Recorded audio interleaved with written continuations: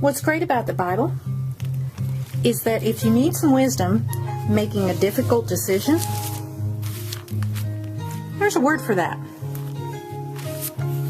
If you need some encouragement during a tough time that you didn't expect to have to go through, there's a word for that too. And if you need to get back to the basics of what relationships are really supposed to be, there's a word for that. Yep, there's a word for just about, no, there's a word for everything, only in the Bible. Good morning. I'm sorry I couldn't be with you by video yesterday. Boy, that was such a time, and this is time part 2. And the reason I broke it up in 2 parts is for the very reason I'm talking to you today. We are so busy, and there is so little time. Smokey and I were just sitting down the other day, and I said, do you realize that your mom's been living with us for 5 years this year? 5 years. I'm like, do you know how old I'll be in 5 years? Do you know how old the grandkids will be in 5 years? And it just went by like, poof. And you know what? I really don't think that if you're just sitting around doing nothing, or if you're just as busy as a bee all the time, it still goes by in the same amount of time. I was also thinking, and this is something, 15 years ago, more or less, I got my first computer. And I was very naive to it. I had to do it for my business. I was learning as I go, kind of like what I'm doing now. And here, 15 years later, I'm talking to a camera that I download onto a computer that goes out to the world. And I'm doing it. I mean, in 15 years. Can you imagine what 15 more years is going to be like?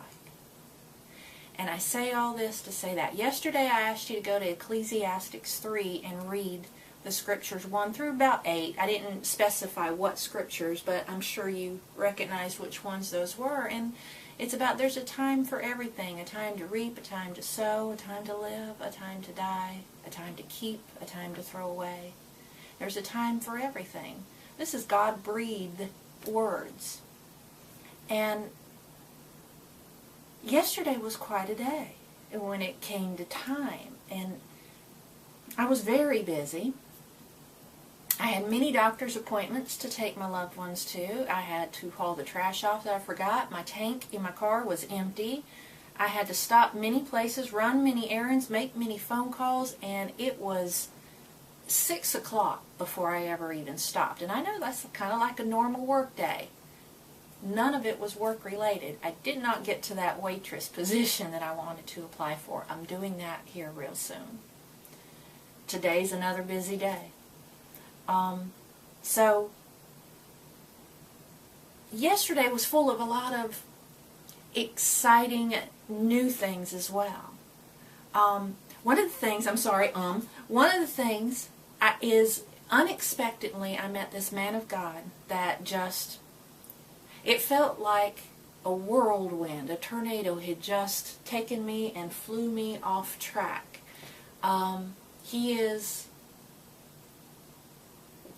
just is.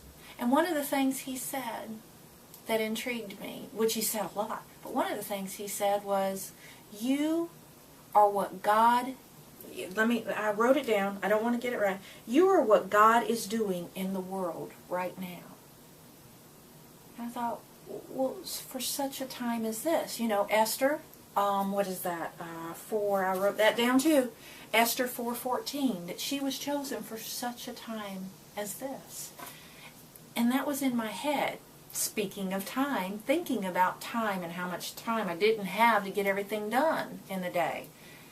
And he was like, what are you doing? You are what God is using in the world today. That uplifted me, that encouraged me, that gave me hope.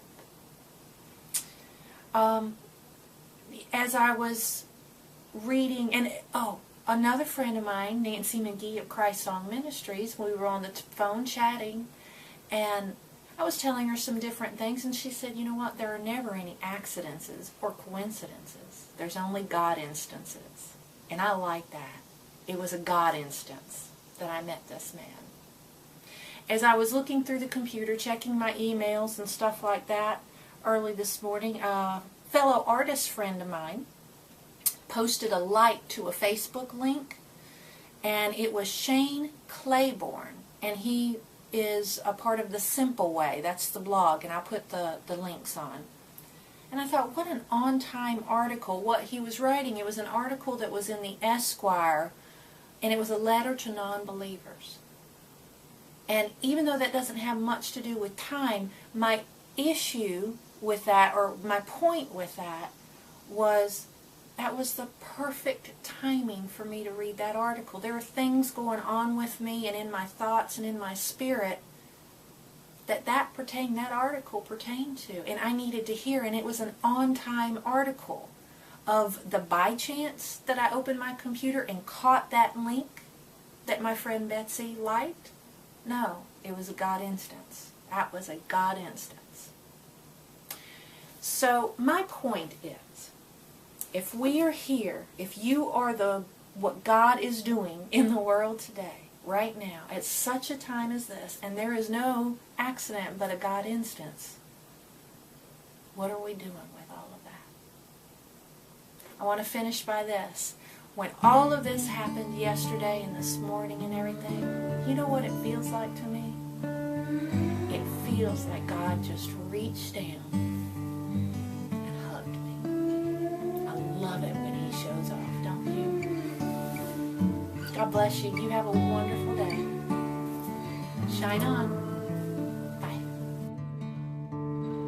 This little light of mine, I'm gonna let it shine. This little light of mine, I'm gonna let it shine. This little light of mine,